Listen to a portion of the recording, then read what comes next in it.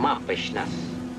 No longer the victory-hungry stallion we've raced so many times before, but a pathetic, washed-up, aged ex-champion. All right, let's go. I think you know the guy.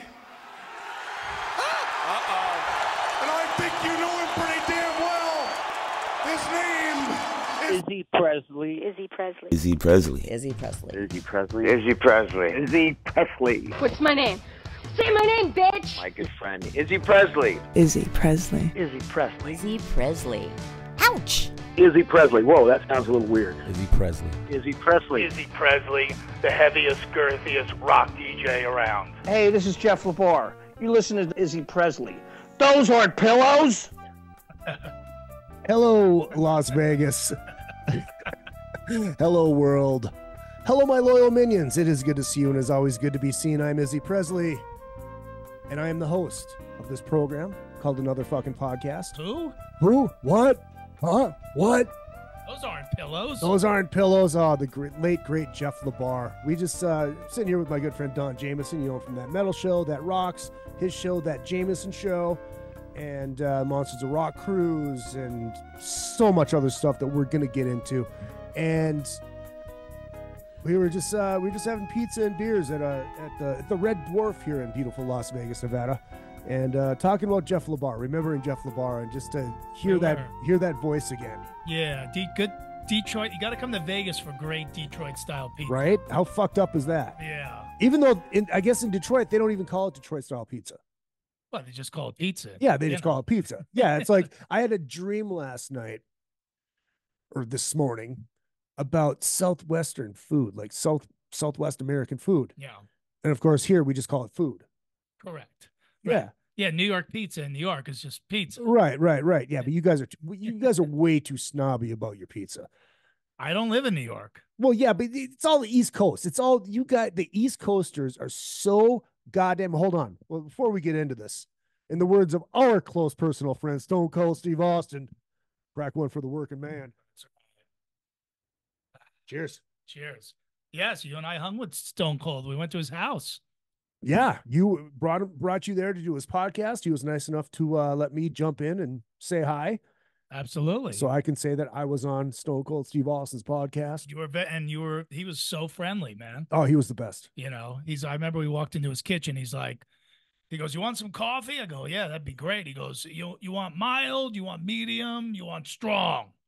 And I'm like, yeah, I'm going to drink the one you're drinking, dude. Right, Yeah, exactly. I can't come into Stone Cold's house and go, I'll have mild. Jesus Christ, you want some goddamn coffee? What do you want? You want the strong shit? You want the medium shit? Or what the hell do you want? Good God damn it, Christ. Okay, we're going to go over next door now.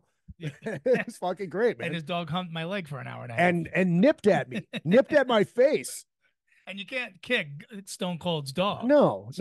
You know, I let him get his nut on my leg. And exactly. Everybody was happy. Yeah, exactly. How you doing, buddy? It's good to see you here in Vegas. You're out on doing some shows with the Hookers and Blow right now. Yeah. Flew in when I come in here on Saturday or whatever. And Saturday, or was it Sunday? No, it was Saturday. Yeah, Saturday. And played down on Fremont Street. And then we went down to Glendale, Arizona. We hung down there and did a show. And yeah, now we're off to beautiful Idaho Falls, Jackson, Wyoming, and Salt Lake City. And yeah, we haven't done a Hookers and Blow tour together in probably 4 years now. You know, we got to add in the COVID year and a half. Right. You know, so it's great to be back on the road with those guys. I always say, man, like Dizzy Reed goes out and he plays in front of sold-out stadiums all over the world with Guns N' Roses.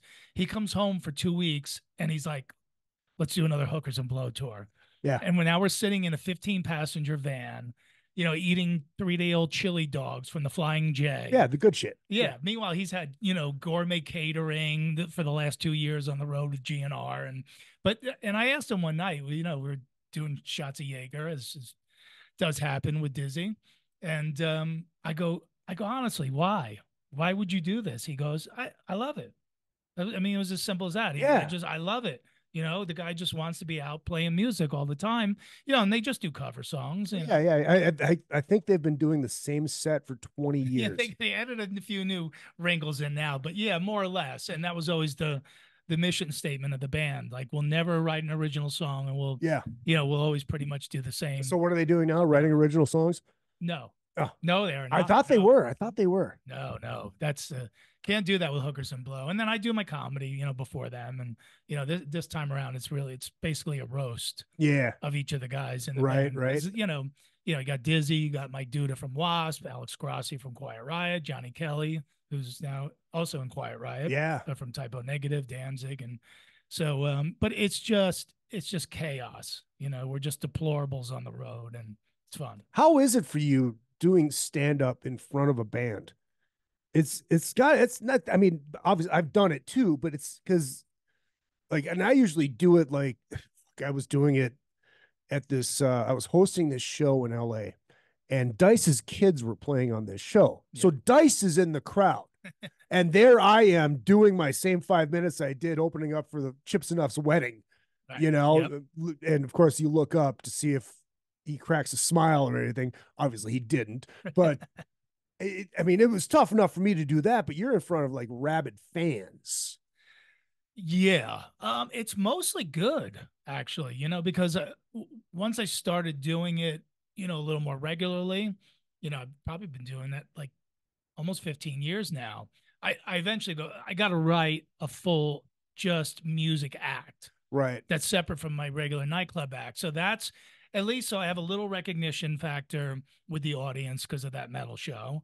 And then all the material is about bands and musicians and music. So it's not so far out of left field. I'm not coming out like, hey, who's married here? Who's got kids? Yeah. And so it kind of fits the tone, and you've seen me perform, I perform like it's a rock show. Right. I come with a lot of energy and stuff. So, I just try to, do that and hope it goes great. And 9 times out of 10, it really does, man. And I just look at it like I'm an opening a direct support act like any other band.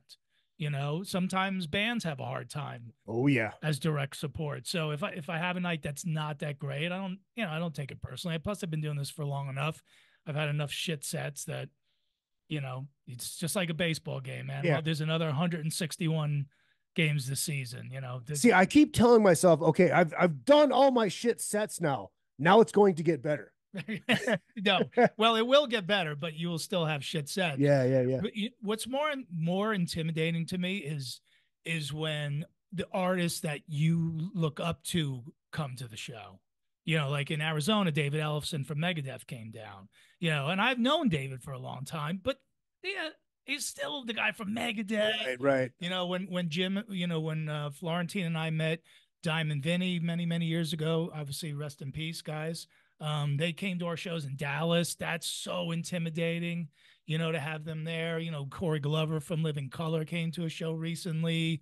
Flavor Flav came to a show I did out here once. So oh wow, it's just like when other artists come to your show, that's where it's a little more, sort of like a little extra nervous. Like, oh man, like I heard, this is a rumor, and I don't know when this airs, but Nikki Sixx apparently is threatening to come to our Wyoming show because he's got a place out there. So that'll be another one where I'll have a little extra. Right. No, hey, Lance Eric, glad you made it out. Thank you. Hold on. Extremely inside joke. Let me give me a Pat Fontaine laugh on that. Yeah. Okay, cool. Thank you very much. Yeah, there's 3 people who are going to get that. Yeah, exactly. Even Lance won't get it. No, he won't. But that's where it's sort of like, and even on the cruise when some of the other guys come up and check out the comedy show, it's always a little, Well, like even the night that Kip was doing comedy, he's standing right in front of me as I'm doing my set. And I was just bombing. I mean, I forgot all my shit. And he was like my scapegoat because I just looked down at him and go, I'm doing this for you to make you look better, and that got a pop, Well, it was funny with Kip because, on the cruise, obviously, you and Courtney originally created the concept of Punchlines and Backlines. Right. And I've sort of jumped on board with you guys. And welcome, by the way. I love the concept because I've been doing it, on my own for so long now, opening for bands. But this is the flip of that, which is now we get a musician to do stand-up. Yeah. And the Kip one was great because I worked him a year and a half to do it. When I first asked him, he just sent me back. He just wrote back 2 words: ask Reb.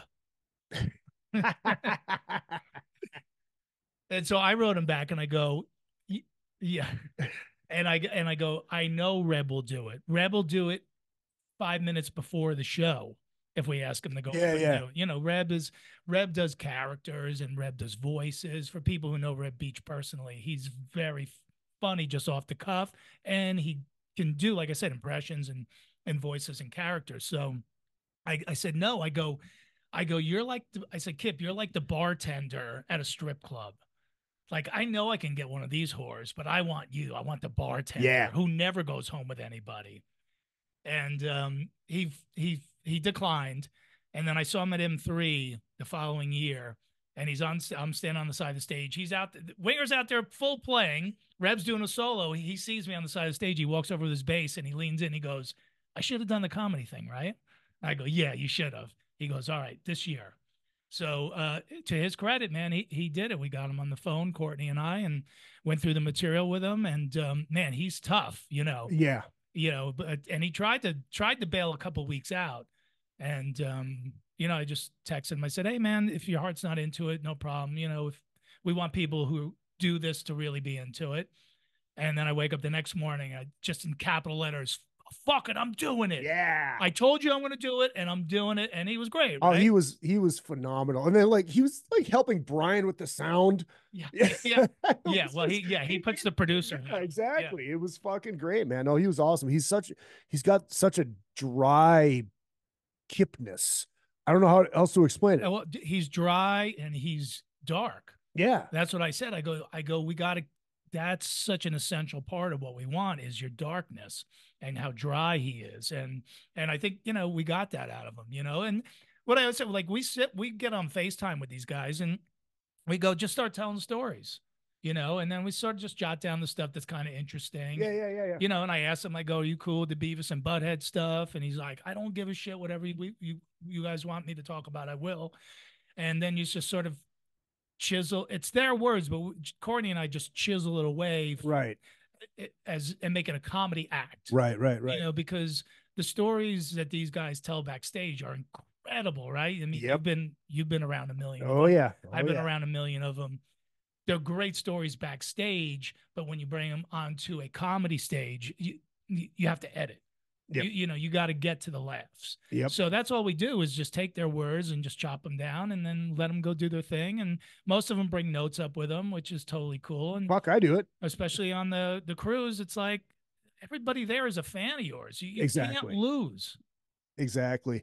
When did you get into comedy? Did you do improv? Did you go through the improv school? Did you do any of that? Or did you just dive in? No, I just went to like, you know, open mics at strip clubs with Florentine, you know, like I followed him around for a while. And then finally one night he's like, you should try it. I go, yeah, I mean, I've written some stuff. I was just going to give it to you. He's like, well, that's not what comics do. They, you know, we write our own stuff. I go, yeah, but I'm not going to probably do this. And he's like, I could get you up. We were on our way to one of his gigs. He goes, I could probably get you up tonight. And I'm like, okay. Cause I'm like, you know, don't do that, if I don't at least try this once, I'll be on my deathbed someday going, I never even tried it. Yeah. I never even tried it. Yeah. Well, see, the reason I ask that is because you're very quick. And usually people that have done like the improv classes, that's where they learn that. So you're just naturally just bam. I don't know, but I never. Yeah, I'm actually not good at the improv stuff. I did a sketch troupe once, but I never really did that. I know there's certain comics who like they like to call the other comics on stage and do like a little groovy thing at the end where it's all off the cuffs, and I just end up standing there like I don't know what to say. Like I did the show. Like if I can work within the parameters of my show because I know I have the structure of my act around me. So if I do crowd work, I always know, okay, I got to get back to the dick jokes here. Right. You know, I got somewhere else to go, but it's kind of in the trying to flow with 3 other comics that maybe I don't know that well, or even if I do, like I'm not that strong with that. You know, that's not really my strong suit. So, you know, I just try to do what I do. And like I said, doing the music stuff has really been it's one of the great things that came out of that metal show, which is yeah, being able to go out and open for bands. You know, Dee Snider was the first guy that said, "Hey, would you ever want to open for Twisted Sister?" I'm like, "Yeah." You know, I learned how to say motherfucker on stage from Yeah, Dee, of you know, course. and that's how it started with him, and I've just been doing it since, man. And the thing that I do, I didn't even notice this until I saw you do a set here in Vegas at the Dirty at 12:30, Mm-hmm. where you did zero music material, and because you're, it's like you're able to do that, but then what you're most known for is the music stuff. Yeah. You know, so when you're writing, I mean, what do you like to concentrate more on, the music stuff or the non-music stuff, or is it just not even conscious to you? You just write. If you come to see me in a nightclub, I'm going to do in a 45-minute set. I'll do 1 minute to 7 minutes of music material, you know, and it'll all be stuff any crowd can get. Yeah. Jokes about Kiss, jokes about bands that are big that everybody knows. And I feel it out depending if, you know, if they're not into rock stuff, if I could tell, they get a minute. If they're more, Right. maybe you get 6, 7, 8 minutes of rock stuff. And you know, and I just feel it out in front of the rock crowd. Obviously, I know I can go not only do a whole set of it, I can get deeper. Mm-hmm. And it was wild when I did my last album, Denim and Laughter.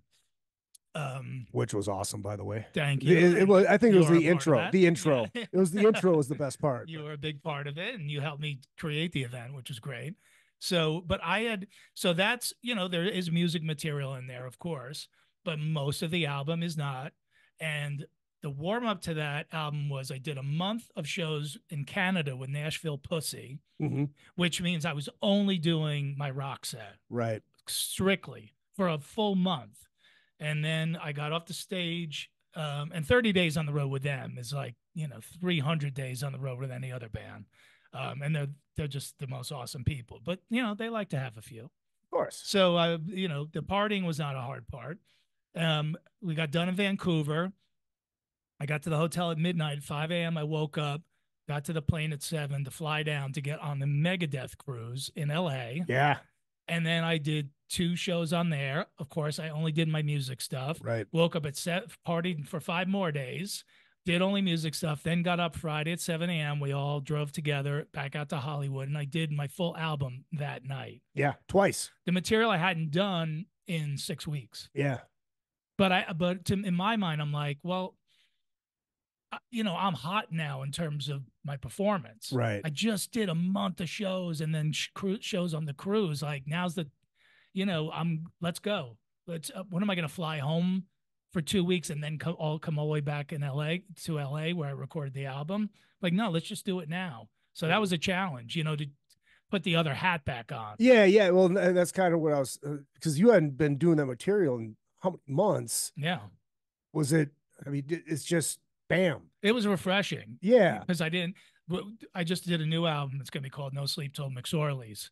And I recorded it on a Sunday night. And the Thursday of that week, I said to my girlfriend, I said, I go, it's too rehearsed. Like I ran through the set at this little club. The guy goes, come down and run your set if you want. And in the first 15 minutes, I really bombed. It was bad. And I go, you know, and then you lose confidence in the material. But meanwhile, I've been doing this material for the last couple of years, so I know it's good. But yeah, but I go, it was so mechanical. I go, I'm overdoing it. I got to let this rest till Sunday, mm-hmm. you know.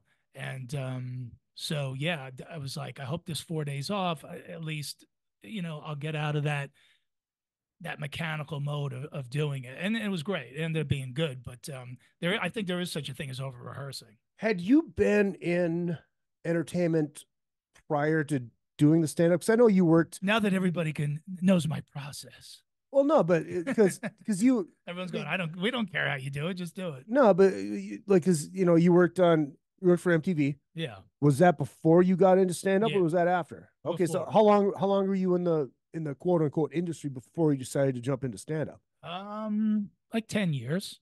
Oh, wow. Yeah. How long have you been doing stand-up then? When did you start doing stand-up? I mean, seriously, doing stand-up, I think I'm like in my 24th year. Okay. So yeah, you started late, right before 2000. Yeah. In a serious way. Yeah. You know, I had dabbled a little, but not that's me pretty much. My last couple of years at MTV is really when I started ramping up to stand up, because I was freelance, and I would only take like 1 or 2 jobs a year. Yeah. And I was getting to the point where it's like, yeah, I gotta cut the cord here, because if I don't, then I'm never gonna get better at stand up, or at least be able. I gotta make money at this. Yeah. But so I have to be 100% dedicated. So you were at that point where I am right now. No, I'm serious. I'm serious, because I'm not doing Lyft or Uber anymore, so I can no longer identify as a Lyft driver. Yeah. It's like now it's like shit or get off the pot. You can identify as a hawk if you want. Well, yeah. Yeah. It's 2024. Yeah, but a female hawk, so I can go to the female bathroom. Oh, that's right. And the locker room, just to see the titties. Yeah. The hawk titties. Well, yeah, man. It does sometimes come to a point in your career where you sort of go, I either got to go for it or I'm not. Yeah. And that's okay. Like being a musician or being a comic. If you say this is just a hobby for me, that's all right. I love doing it. I'm gonna keep doing it, but it's just a hobby. But I just I think this is my shot to see if I can make a living at it. Yeah. And believe me, way more people were shocked that I could than I was, and they still are.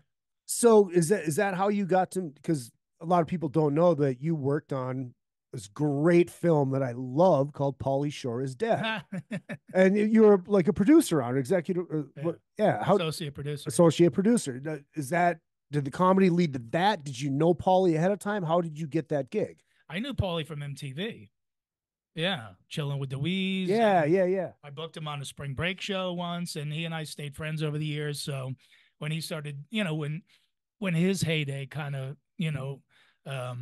went its way, and he just started, he was like, it was cool. I give Pauly credit. Like he just went, fuck it. I'll just produce my own films. Yeah. I'll get a couple people to back it and give me some money, and I'll put out my own films. And Pauly Shore Is Dead is actually a really, really funny movie. It's great. And our good friend Craig Gass is in it as Sam Kinison. Yeah. And I'm in it. And I mean, he got Sean Penn's in it. I was in a movie with Sean Penn. What scene were you in? With Kurt Loder. Oh, I was the MTV news producer. Oh shit! Okay, yeah. I guess I didn't even notice that. But he wanted me, because I had so much experience behind the scenes producing TV shows. Yeah. He was like, he asked my buddy Miles, who's an editor, and me if, we would put the movie together for him, and he paid us and stuff. But yeah, of course, it was cool, and I love Pauly, and he's made some really funny stuff on his own in the last 20 years. So yeah, I knew Pauly for a long time, and it was cool to do that. But he did everything himself. He wrote the script himself. He booked he had like 60 Hollywood celebrities in there. Yeah, if you've never seen Pauly Shore Is Dead, it's where he fakes his own death because he sees what happens with Sam Kinison. When Sam Kinison died, everyone said he was a genius, and they all said how much they loved him. And Pauly figured my career's over.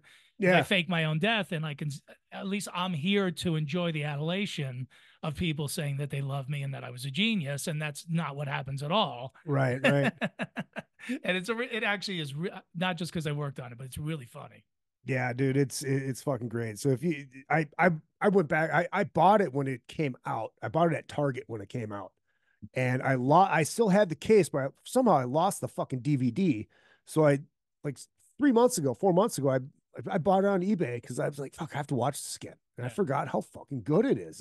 It's. Were you in there buying the swimwear where you could tuck your junk into? No. This is when it came out. Oh, okay. Yeah, this is long before that. Yeah, actually, I think I bought Pauly Shore Is Dead and Napoleon Dynamite on the same day. Believe it or not.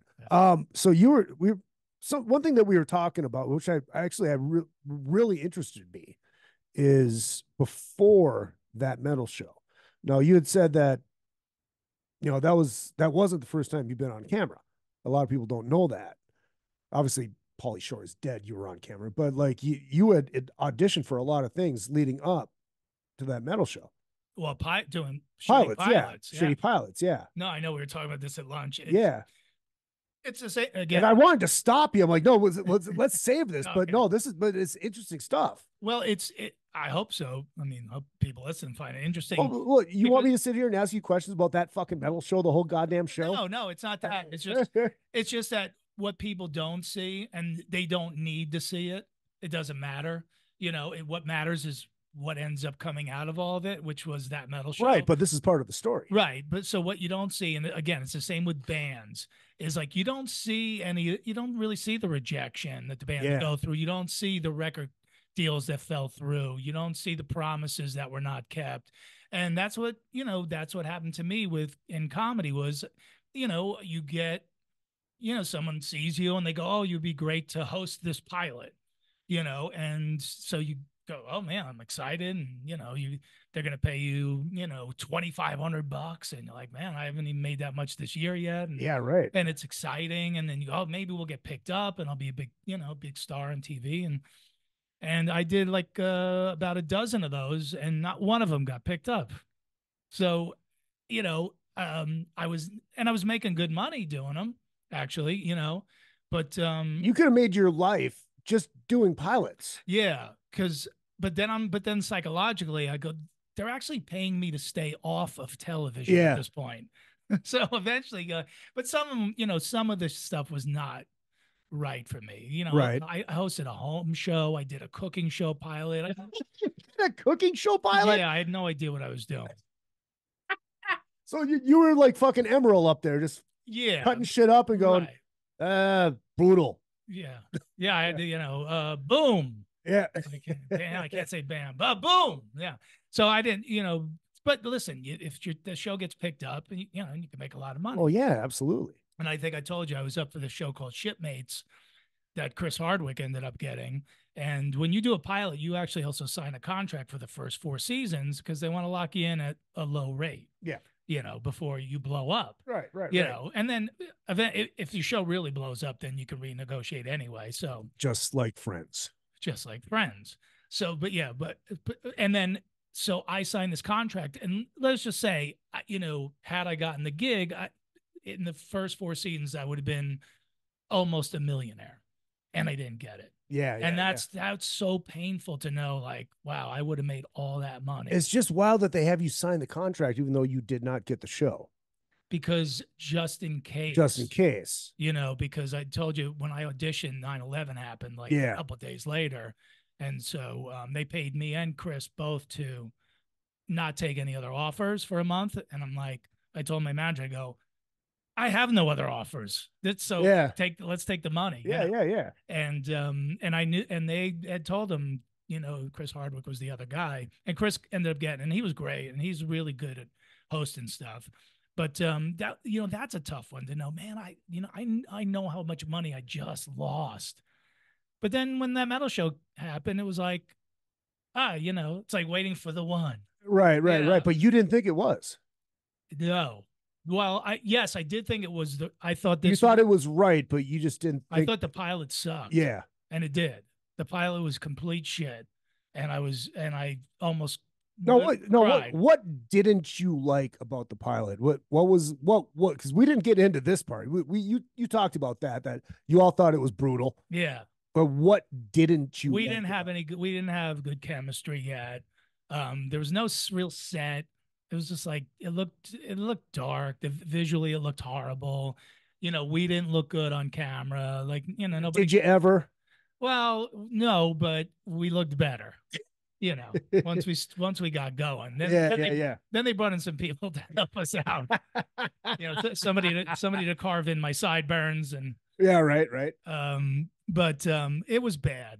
It was really bad, and I was really depressed because I said this actually is the one thing that I think could go finally, because it's when two of my best friends having the same conversations we have anyway. Yeah, at the bar for free. And then I remember Florentine sending me a text, and he was like, "It's brutal, but it'll probably get picked up. Look what's on TV these days." And I go, "Yeah, he's got a point there." And then 2 weeks later, we had gotten picked up. And lasted 14 seasons, which in TV time is what, 5 years? Like 8.5. Was it 8.5? Yeah. Was it that long? Yeah. And then that was funny because after every season, I would go, guys, it was fun, but it's probably it. I actually and then at the end of the 14th season is the one I went, guys, we're totally doing a 15th season, and then that's when there you go. Yeah. There you go. Scotty from Canada. Oh wait, this isn't live, but I'm gonna play this for you anyways. Take off, you hoser. Right. Was that our guy from the cruise? Yeah. Yeah. Scotty. Yeah, that Scott guy. That Scott guy. Yeah. Fuck, I forgot what I was gonna ask you now that I got all Scotty got me all flustered and I played the clip and now I lost about, we were just talking about the mail show. Right. Oh, I know what I was gonna tell you. This gal that I went to school with, 2nd through 8th grade, we had connected on Facebook, like obviously years and years later. Her husband was working on the show at the time when you guys first started. So I got that metal show shirt like right from the start. An original. I still got it. Doesn't fit, but I still got it. Right. Well, that's like my joke. I appreciate you guys watching that metal show. You guys bought me a house. I can't afford it anymore. Yeah, right. Yeah. Oh, wait. Yeah, give me the. Yeah. Oh, wait. Well, Joe, that's what you call trim. But yeah. Boy, you really surprised me not knowing what trim is. Oh, I know what trim is. I've toured with Chips and Up. Yes. I found that I was watching Dragnet one night drunk, and they go to not Friday. Who's the other one? The partner, whatever his fucking name is. They go to his house, right, and he's showing him the outside of his door. It's like, Joe, that's what they call trim. I'm like, oh fuck, I've got drops now. Then they walk in the house. I can't believe you didn't know what trim is. By the way, next time you tell somebody I was watching Dragnet drunk, you could put the period after the word Dragnet. We'll assume. Yeah, absolutely. So you did the new record. Yeah, I'm psyched for the new record. You're psyched for the new record. You did it at a bar in New Jersey, right? New York City. New York City, called McSorley's, which is they're uppity about their pizza in New York City. Yeah, well, yeah, yeah. And Midwestern is better, but I gotta say the Detroit style pizza, not the Detroit, insane. Not the Detroit, the real Midwestern pizza. Everybody thinks like the Chicago real pizza is the lasagna. I don't it's like not. the deep dish. It's not. I don't like the deep no. dish. It's the thin crust, square cut. Yeah, that's the Midwestern, the real that. Midwestern style. I like that's that. The shit. That's the good stuff. I'll eat the deep dish when I'm in Chicago because they do make it great there, but that's not my favorite. Yeah, you have 3 bites and you're full. Yeah, I want to eat half a pizza. Yeah, right, because I'm fat. It's like a birthday cake. Exactly. Yeah, you just don't want to sauce. stop. No, tell us about this bar that you did it in. McSorley's. Yeah, it's the oldest pub in New York City. 1863. Abe Lincoln drank in McSorley's. Like that's literally how old it is. That President Lincoln drank there, and they have his chair up on the wall. Of course they do. And the whole place is all memorabilia. New York. It's a New York historical landmark. And me and my friends have been going there for like 30 years. And it's like the actual social media because they have these big rectangular and round tables, sawdust on the floor. And, you go in with 3 or 4 people and they put you at a table that holds 10. Well, the next group of people that come in, they sit you down next to us. So now you're at a table with people from Norway, people from Canada. And they only serve their beer, light and dark McSorley's ale. That's it. That's it. 2 beers. And you got to order 2 at a time because they come in these little glass mugs. Okay. And so, you got a table full of people. These guys are coming over with like 100 beers right down on the old wood tables. And 2 hours later, you're going to Norway the next summer, crashing with those people you just met. The Canadians are going to come back down, and they're going to come to Jersey, and you actually socialize. That's important. That's real social media, and that's what I always loved about the place is the vibe, right? Right. So we were sitting there one day drinking, which is when all the great ideas happen, and I was just talking to my buddies. I said, yeah, I got to record a new album and do a special. And he was like, one of my buddies like, where are you going to do it? I go, I got a couple ideas. I think, I said, I might do it in Vegas. And, I was going to do it maybe at the Hard Hat Lounge. Yeah, that would have been cool. Which is our friend Frank's place. Yeah. I used to do stand up there. Yeah, I tried to. Yeah, you got to gear that up again. But so I started naming a couple places, and then I realized I'm sitting in the place. I go, why don't we just do it here? But they don't really do performances in there. It's not that kind of place. It's a beer drinking hall. That's all it is. So I said, but maybe we could build the stage and we could catty corner it here, and so we could see the whole, crowd, and it just within an hour it all came together. I got the owner's permission to do the special there, and I said, how much to rent the place out for the night, and she goes, how long you been coming here? I go, about 30 years. She goes, you paid enough. That's great. The mugs gave me a great idea. I'm going to hit the intermission music for 20 seconds, and I'm going to be right back.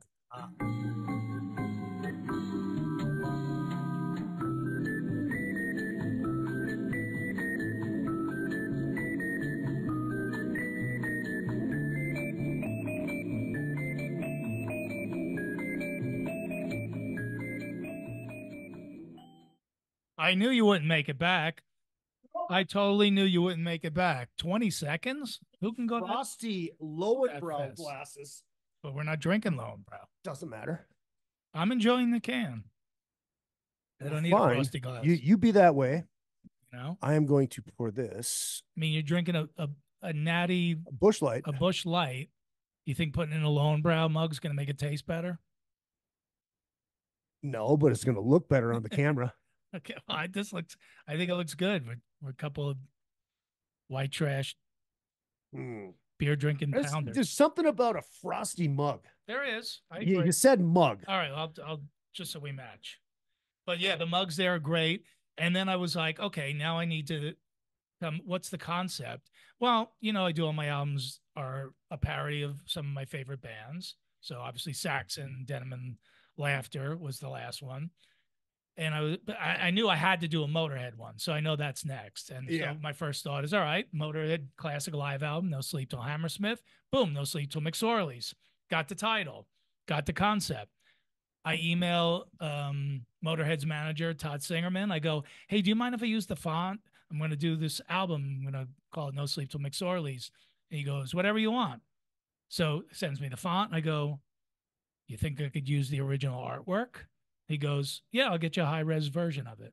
So my album cover is going to be, I'll even show it to you. It's literally the exact artwork with me photoshopped into it. That is hilarious. With the Motorhead logo. And then I texted Phil Campbell, their guitar player, and asked if he'd do the guitar intro. He said yes. And then all the guys at the table were all guys who have worked in TV or have done audio video stuff. So I hired my crew. So in an hour of day drinking on a Sunday, I put together a whole comedy album and special. Fucking brilliant. I forgot what I was going to ask now. You were rolling on that. I just love when it comes together like that. Oh yeah. Like it was meant to be that day, So you're going to have video for this one. You had video for the last one, but the video never came out? I didn't put it out as a special. Why not? I just use it as clips to promote the album. Okay. I don't know. I'm not sure. You know what it is because the first time I was ever in that room was the night I recorded. Okay. it. I had seen pictures, but so I wasn't sure how it was going to come out. So I didn't want to commit to making it a special. McSorley's, I already knew the room, obviously intimately. No, I get it. Did you have the video from that whole night or just your sets? I think just mine. Did you ever get any? No. Yeah, I don't know. No. Well, you say no sleep till me. See, you say no sleep, and I automatically, for some reason, think of No Sleep Till Brooklyn. Right. Well, that's also from No Sleep Till Hammersmith. Really? Who I actually got to see Motorhead play there one time, which was really exciting. Now I can't find it for some reason. Scrolling through here. Now I got it somewhere. That's a takeoff on that. Oh yeah, No Sleep Till Hammersmith, but I say No Sleep Till Brooklyn, which is that's Beastie Boys. Right, but that's where it's taken from. Oh really? Yeah, I did not know. You got to know that, bro. I did not know that. You got to know it. I'm looking up a visual that nobody. Are we on camera? Yeah, we're on camera. Oh, we are. Okay. See, look at us. So I'm looking. Yeah, look. I'm being very disrespectful to the. Oh, it's all looking right. down into my phone. It's all right. But now I'm just worried why I can't find this. I'm sure it's right in front of my eyes somewhere. Oh, that's the worst because you have so much shit on your phone and you think it's just in this one spot. Spot. It's like the G spot that doesn't exist. One day we'll find it. Anyway, We'll so find. that'll come out on Metal Blade. Yeah, Metal In a Blade. few months. And how long have you been with Metal Blade? How did your relationship with Metal Blade start? It started when Jim Florentine met Brian Slagle, who's the CEO, the founder of Metal Blade, and you know, like it's funny when you think of meeting somebody who's famous or you're starstruck by, you think of I met someone from Kiss or I met somebody from Led Zeppelin or whatever, but because Metal Blade was such a big part of my life growing up and getting those Metal Massacre vinyls back in the day and hearing music from overseas that we couldn't have heard anywhere else because we didn't have, Apple Music and Spotify and shit back then. So to me, Brian Slagle was a hero. Yeah. From when I was a kid. And so when I heard Jim was hanging, I go, you met him? It was like he met like Elle Macpherson in her prime. I'm like, I can't believe you met her. Did you finger bang her? Well, Joe, that's what you call trim. So he goes, yeah, he made me some Iron Maiden bootlegs. And I'm like, I want Brian Slagle to make me Iron Maiden bootlegs.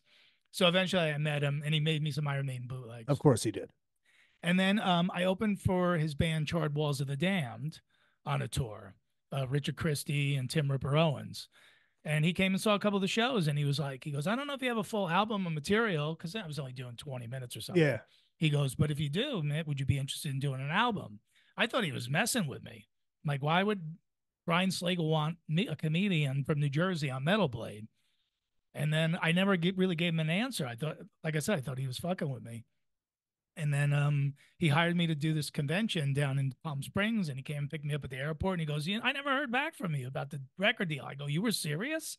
He goes, yeah. I go, well, what were you thinking? And within 5 minutes, in the car, we had a record deal. God. So I was the first comic signed to Metal Blade. And still the only one, right? No, me and Florentine. Oh, Florentine's on there too. Yeah. Oh. So yeah, see him riding your coattails. he's finally. Yeah, exactly. His back still hurts from carrying me all those years. And what year was this? How long ago was this?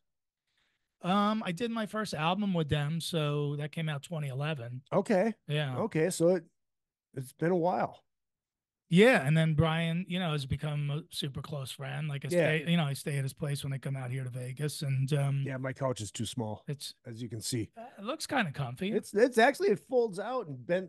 Well, not into like a bed, but it leans all the way back, and especially after a Miller Lite or 20. Yeah, absolutely. And speaking of Brian, if you guys are coming to Vegas, the Metal Blade Museum, metalblade.com/museum. Check that out. They're now open every day. That's so cool because he was doing it like on Saturday. Yeah, it was just doing Saturdays. Now they're open every day from like 12 to 3, and he's got the Holy Grail in there. The cassette Lars gave him. Yeah. It's like there's Gwar shit, there's Slayer shit, there's Cannibal fucking Corpse, Mr. Big Shit, King Diamond, the Goo Goo Dolls, Goo Goo Dolls, King's X. Yeah, some bands you wouldn't really expect to be associated with Metal Blade, but Goo Goo Dolls was sort of a pop punk band out of Buffalo, New York, that signed with Metal Blade, and I think Brian's still making a lot of money off of. Yeah. Because I think the album that actually had the song name, which was their big hit, was on a Metal Blade. Oh, here it is. So there it is. Oh, finally. That is fucking killer, dude. And they just photoshopped me in, and then there we go. That is fucking killer. So the people at home, you can see that. Oh, hold on, let's see. Well, you can see the font. They can see the font, but you don't want to give the whole thing away, anyways. No, exactly. But probably shouldn't even be doing but that. The band is on there. Yeah, I was wondering, like, I can't erase Lemmy, Filthy, and Fast Eddie. No. So I'm like, let me just put myself into the mix. Just happy to be there. And I'm excited, man. It's for me, in the early 2000s, lots of comics, once technology sort of caught up with everybody, comics were just burning their own CDs and selling them at gigs, and they could do their own artwork on the computer. and stuff. And I was just waiting for the, like, it's got to be a connection. And somehow. you did it right. And I waited for, the metal blade was the thing I didn't know what was missing. And they were the missing link for me. Like, wow, I get to do my albums with Metal Blade, and I don't even care what they could call Don Jamieson's an asshole as long as that Metal Blade logo's on. Which there, should be your next I'm album. good. Don Jamieson's an asshole. Well, let's not threaten people with another album until this one comes out. Yeah. There's a large contingency who probably doesn't want. When this when do you plan on having this out? I think like probably April. Okay. Yeah. So like month after the cruise. Yeah, just in time to not sell it it on the cruise. Yeah. But you are going to put the video out for this one, and the video is the video going to come out at the same time as or is it going to come out after?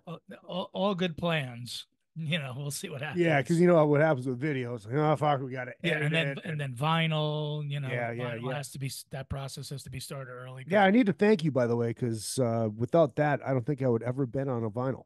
Yeah. Well, same. Yeah. Yeah. I said, I don't care if one person buys it. I just got to be able to say I'd put out a record on vinyl. Yeah, it's fucking great. Yeah. It's great. And the next one is coming out on vinyl. Yeah. CD. Are you doing cassettes? No, I don't think we're going to do cassettes. Really? Yeah. Not even a small run? Nah. A small limited edition? No, I'm not, they have higher priorities over there. Yeah, well, I mean, I have a cassette player. Yeah, we'll burn them. We'll do it old school. That's actually how I do when I want to give somebody a copy of the Smoking Kills. Yeah. I put it on cassette for them. That's funny. From the vinyl. Yeah. Got to do it right. All right. You're going to be my cassette distributor. All right. You're hired. I'm on it. So what's the plan? You got the cruise coming up. You got these shows coming up with Hookers and Blow for the next week. Yeah. And so what do you got coming up after that? And then Key West, I'm down there playing the comedy club down there, January 19th through 21. We'll be down there for the Rock Island Music Fest, which is all, very 80s centric, rock festival down there, which is great.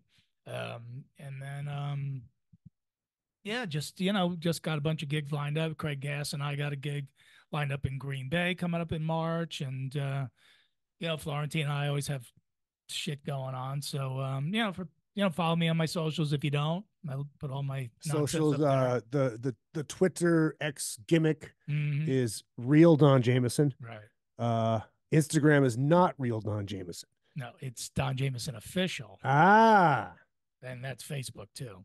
Okay, so yeah, find him there. You can find me at Real Izzy Presley, Twitter, Instagram, and Facebook, all the way across the board.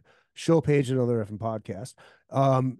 If you look down in the description here, you'll see it on the video as well down under there. See, I don't get all fancy and put all the shit up. Click here. And fuck that, dude. I put the logo on and that's it. That's all you fucking need. Yeah, that's too much work. I know. Have 2 more beers. There's links down there where it's like, oh, I want to get Izzy Presley on. Are you on Cameo? No. Why not?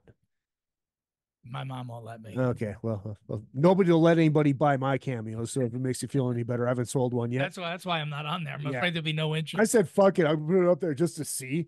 Nothing. But anyways, Real Izzy Presley on Cameo. If you decide you want to get this, I might do it. Just why not? Just to get you on the books. Yeah, that'd be pretty make you legit. That'd be pretty sweet, I guess. I'll get you legit. And then if you do like the show, I mean, you can see underneath here that there is, well, not underneath here, but underneath there.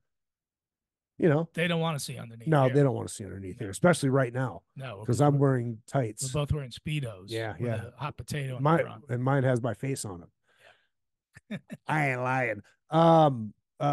Fucking Venmo, Real Izzy Presley. Cash App, $ Izzy Presley.